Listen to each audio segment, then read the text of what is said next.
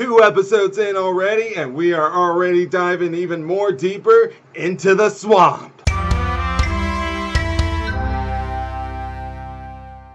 What's up, YouTubers of the world? Making Geek Mixer here to give you guys episode 2 of Swamp Thing. And just so you guys know, from now on, I'm going to be doing all my reviews during night times and in partial darkness. Of course, you gotta have a little light there because you gotta be able to see me, but it just fits well with Swamp Thing because everything's taking pretty much place at night. Everything that's going on in Swamp Thing is at night. I mean, the horror, the genre of horror and the diving of deeper mysteries as we learn even more so about each of these characters, along with being introduced to some new characters, some of which who have their own comic book counterpart and stuff. So definitely getting better here as we're diving deeper and deeper into Swamp Thing. But before I go on, let me just say, yes, I already heard about it. Swamp Thing's been canceled, and I don't like that. I mean, we're just got 2 episodes in already, and now we're already hearing that it's been canceled. This is the only season we're getting. It really does suck, but I don't think I can deny that I'm that surprised, especially when I heard that production got cut off right at episode 10, like, because they originally had 13 episodes, but then it was just going to be on episode 10 now. So I guess I can't say I'm that surprised, but I am upset about it because with what we got with Swamp Thing, especially the better look at the costume this time around, because in episode 1, we only just appeared at the end after Alec got shot and murdered, and the Swamp Thing took him and then turned him into Swamp Thing, but we didn't get as good of a shot of him that time, but we definitely got a good shot of him this time. And man, let me just say, I love the suit. I mean, I do know some of it is with CGI, practical effects, but even still though, the suit is amazing. I love it. It just fits in well with what Swamp Thing is, and I like it. I definitely like that. Even now, we got him at the beginning, and we already see right now that he seems to have a psychic connection with the people who have the disease. Well, at least we know with the little girl Susie, who was the first introduced to us in episode 1. And was the first to be infected by this disease, and maybe it's because she was at least the first we know of that was affected by this disease, that the reason she has a connection with him, a psychic connection with him, like she's able to communicate with him and stuff, which is very interesting because in the end she went out there looking for him, and then when she did find him, she was being attacked, and right there he was. And of course he would show up there because, like I said, he seems to have a psychic connection with her because he shows up, he saves her life, and then at the end he's there talking with her, and it's through Susan that Abby finally figures out that Swamp Thing is Alec. But what does that mean going forward? We don't know, because this all happened at the end of the episode. Because while Susie, when Abby found Susie and asked her what it was, all she was doing was explaining that he doesn't know what's going on. Which is understandable. I mean, come on, you wake up and you see yourself like that, wondering what just happened, and you don't know what to make of it. Who can blame you? But all at the same time, he can't really say he could show himself that much to people because, here's the thing. I'm sure if Susie wasn't connected with that guy, would she have been afraid of Swamp Thing? No doubt she would have, but she has a psychic connection with him. Because of course, when Abby first saw him, of course she freaked out, and even then still, when she saw him, she's still afraid. The only reason she didn't run away is because Susie was right there with him.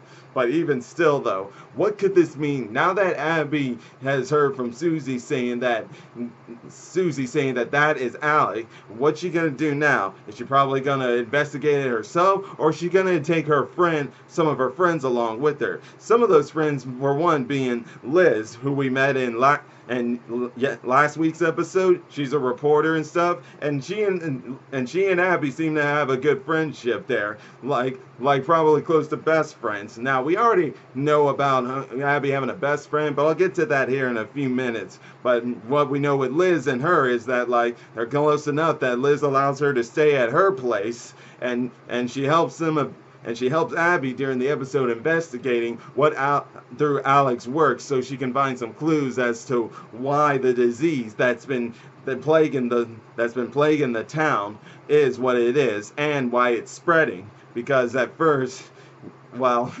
actually, I'll get into that here in a minute because I'm just trying to think what else to say here. But either way, one thing's for certain is that during those times with her friend Liz, that she started to see some other things. For one, like finding out that Liz has a girlfriend. Probably a bit of a surprise to her, but it's like Liz says, not like you tell me about your boyfriends. And that's true. That is very true. I mean, well, then again, from what we know with Abby so far, it sounds like she never really had anyone she actually liked or anything or showed interest in, other than Alec, because she admitted to Liz that she really liked him and stuff.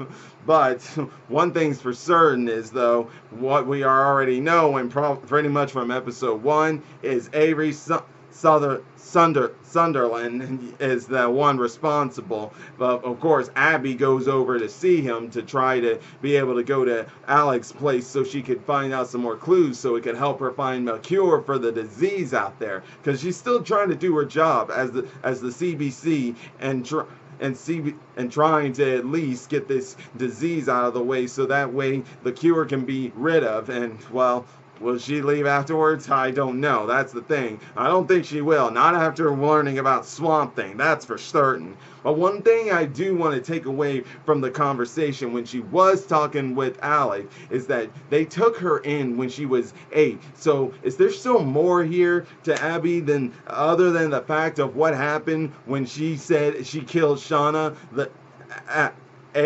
Avery and Maria's daughter? That's what I want to know. Like, does that mean, like, what happened to her parents and stuff? Because I do remember, I think, hearing that there was some part to her comic book counterpart about that. I don't know yet because I'm still reading through that. I'm mostly reading through Alan Moore's because this is dealing with Alec Holland, who is Swamp Thing. So I'm looking through that one. But one thing's definitely for sure is that, yeah, this Avery guy, like, even, it's pretty much like how Abby said, you always did make no sound like a favor.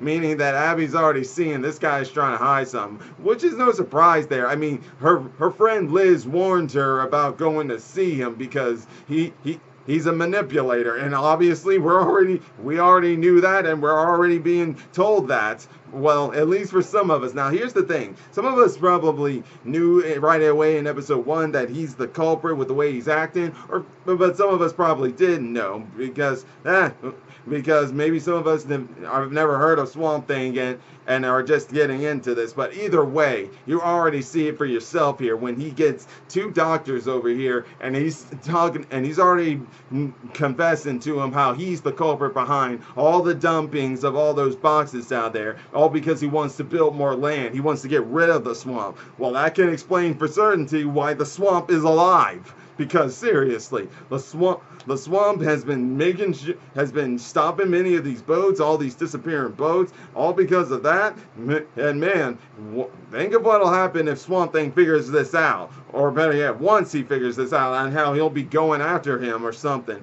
Because one thing's for certain, this Avery guy's making real sure that he's not involved in it in any other way. After all, no surprise there. I mean, come on, he sent someone to murder Alec Holland, and then when Susie went out there inside the game warden's boat, did that game warden see these two more guys that he hired back in that swamp? And when he's trying to investigate, this one guy, just by looking at him, you could tell he's already bad news. And when things weren't all that tense yet, just out of nowhere, this guy just uses his hook and just stabs that game warden.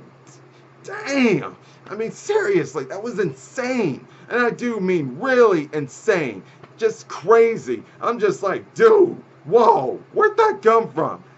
And let me just tell you, that's one of the things I'm liking about this. The horror, the thing about horror is it's supposed to be like you're trying to wonder if something's coming, but then when you don't think something's coming, bam, right out of nowhere does that happen to you. Because that's what happened to Abby when she was having a dream. She was going for her phone, and then like someone grabbed her arm, and that was a dead Shauna. But of course that was just a dream, mind you. But even if it was a dream, that surprised me still, just like what that guy did to that game war surprised me as well. But since I just mentioned Shauna, real quick, let me go ahead and get into Maria here, who went over to see that fortune teller woman. I forget her name. I do know she appeared in Justice League Dark, but I can't remember her name exactly. I think her name was Madam something or other. All I know is that Maria goes to her because she's been probably going to her ever since Shauna has been dead. But of course with Abby around now, it seems like all this pain and everything she's feeling when she lost Shauna is returning or surfacing or something. But from what it sounds like it's always still aching at her, even before Abby came back. It's just probably maybe gotten a little worse since Abby's return. Maybe, I don't know, but one thing's for certain is that this fortune teller woman has been trying to tell her to try to find a way to let it rest, but she's saying she can't. And all I gotta say is, really, lady, do find a way to put it to rest. I know she was your daughter and you were close to her, and I can understand that, but it sounds like if you don't let this go, it's gonna lead into some very dark things, and I do mean very dark things, and I don't even want to know what some of those dark things are, because during one of their sessions together, did that lady, like, you started to talk and talk so they could like speak to the dead and everything, and then out of nowhere she started screaming, and then some sort of force pushed Maria into the glass, and it was there. Now, this is where I'm thinking, is this somehow connected with the swamp? Because she was talking about how the swamp was dark and rooted. It's almost like it's has some way and some connection to Swamp Thing there. And that makes me very curious. But it's the ending that really makes me curious here, is when Maria was back in Shauna's room, that after Avery sees her in there, then he closed the door, she has her eyes open, and then right there sleeping by her is her daughter. Is that something in her head, or was that actually her? I don't know what's about to happen there. All I just know is I don't think I'm liking where that's going. Not at all. But one more other person to go on off of here is the guy called Blue Devil. Now, I know he has a comic book counterpart, but I don't know much more than that, and I hope we explore more of that along the way. But now going into the ending, to the last thing I need to talk about was what I talked about earlier, and that was that crazy psychotic murderer just jumped the gun right away, kills that game warden, takes that hook and just kills him like that, and damn, I'm just like, damn, man, dude, sheesh. I mean, it's obviously clear whether he was hired or not, and whether he's afraid of dying from Avery or not. That guy is just insane, a true-on murder. Because not only did he do that, but when Susan, she saw it all there, and she tried to escape, and that guy just going out there right after her. Yeah, and I'm just like, she's just a little kid. But, of course, he don't want an eyewitness or anything like that. But still, dude, you're going to kill a little kid? You're crazy, man. You're out of your mind. But that's when Swamp Thing came in. Because, like I said, Susie has a connection with him somehow. And when she was in trouble, Swamp Thing woke up and just went right to that guy. And, man, did we see his powers go on display here. After being stabbed by that guy, even though it didn't hurt him and stuff, and right when that guy was about to make a move, that swamp Thing just growls away, and then those roots just come out there and tear that man apart. Whoa, that was insane. That was great, and I loved it. This was an awesome episode, and I just can't tell you how much I'm enjoying this now, but I'm scared of wondering what's going to happen in episode 10 with how the production was cut, because I really am just upset to know that right out the bat we already got Swamp Thing canceled. I hope this doesn't happen to other DC Universe original shows, because really, it's been great so far. I like the Titans, even though I even see the flaws in there too. And Doom Patrol, whoa, the best out there, guys. And I'm not. Oh, and be on the lookout for a video on when I talk about what were my top 5 episodes. But just for the record, I loved all the episodes in Doom Patrol. But we've always got our own favorite top 5 out there. But definitely, guys, Swamp Thing's been great, and I can't wait to see more of it. And let me know what you guys thought of it. What were your favorite things about this episode? What do you look forward to most? And what can you expect going into episode 10 with the production having been cut and then the season being canceled? Do let me know in the comment section down below. And if you're enjoying my videos, all you gotta do is click that like button, subscribe to the channel, and hit the bell icon to be notified when I make more videos. And until then, Mega Geek Mixer signing out. Bye!